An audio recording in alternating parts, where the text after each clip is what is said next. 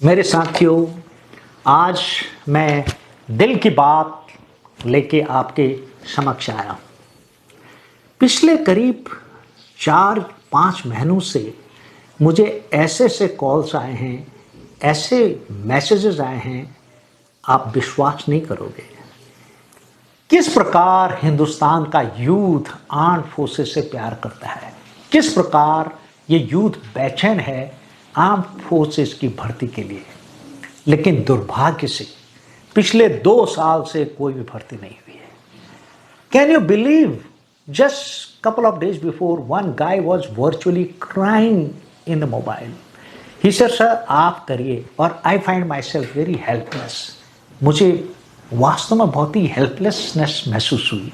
He said sir कम से कम आप जैसे लोग अपील करेंगे गवर्नमेंट को, शायद कुछ होगा। आज मैं वास्तव में as a soldier, as a retired army officer appeal करता हूँ, रिक्वेस्ट करता हूँ अपने रक्षा मंत्री से, अपने प्रधानमंत्री जी से।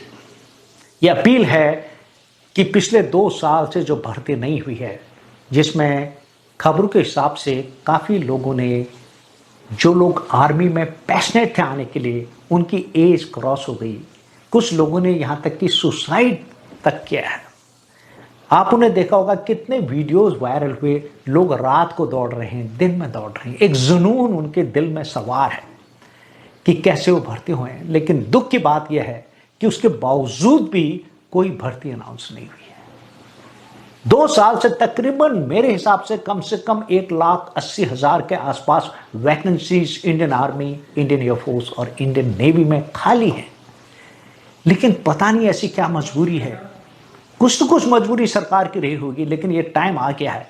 आखिर उनका धैर्य की सीमा जो है टूट रही है। मेरी सरकार से ये विनती है, रक्षा मंत्री जी से विनती है, और हमारे प्रधानमंत्री जी जो कि देश की जनता की सुनते हैं, उनसे ये विनती है कि फौरन भर्ती अनाउंस की जाए, जो कि 2 साल से नहीं हुई है। और मेरी एक विनती ये भी है, कुछ लोगों ने इस दौरान एज की सीमा को क्रॉस कर दिया है। एटलीस्ट फॉर नेक्स्ट 1 ईयर क्या सरकार भर्ती के लिए एज लिमिट बढ़ा सकती है? आप चाहे ये भर्ती न होने का कोई भी रीजन दीजिए, चाहे वो टूर ऑफ ड्यूटी है, चाहे वो भर्ती के पैटर्न में चेंज है, लेकिन जो भी आप करना चाहें, हमारी ये अपील है कि इसको जल्द से जल्दी किया जाए और ये एज रिलैक्सेशन यूथ को दिया जाए। बिकॉज इसकी वजह से आज देश का नौजवान हतोत्साहित है। आप सोचिए, जो है armed forces is one of the biggest employer in the country, at par with the railways. 60,000 jawans और faujis retired every year, but there is no enrolment. ये सपने जो हमारे यूथ ने देखे, इन सपनों का क्या होगा?